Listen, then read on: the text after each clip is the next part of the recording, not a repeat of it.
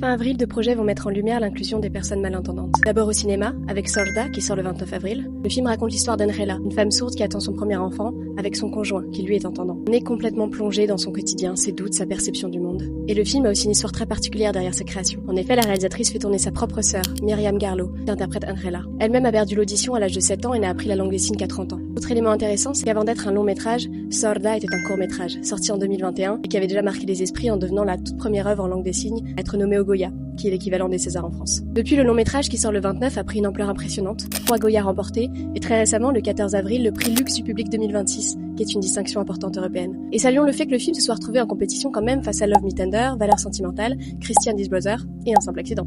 Le projet va même plus loin sur l'accessibilité, avec notamment une affiche parlante pensée pour permettre aux personnes non-voyantes d'accéder à l'univers du film de manière autonome. Et honnêtement, c'est la première fois que je vois ce type d'initiative que je trouve juste formidable. C'est un film très beau, humain, et qui permet vraiment de découvrir l'univers des personnes malentendantes. Je pense notamment à la scène de l'accouchement qui est quand même assez impressionnante. Et à noter que les personnes du corps médical dans le film n'étaient pas acteurs, n'étaient pas actrices, et la comédienne en fait n'avait pas voulu les rencontrer avant de tourner pour vraiment être dans l'organicité du moment. En tout cas, ce film m'a donné très envie d'apprendre la langue des signes.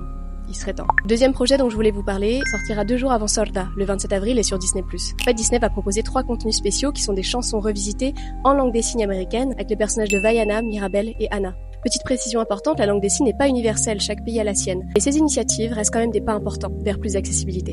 Entre cinéma et animation, fin avril met clairement en lumière la question de l'inclusion des personnes malentendantes. Et c'est une très belle chose. Salut!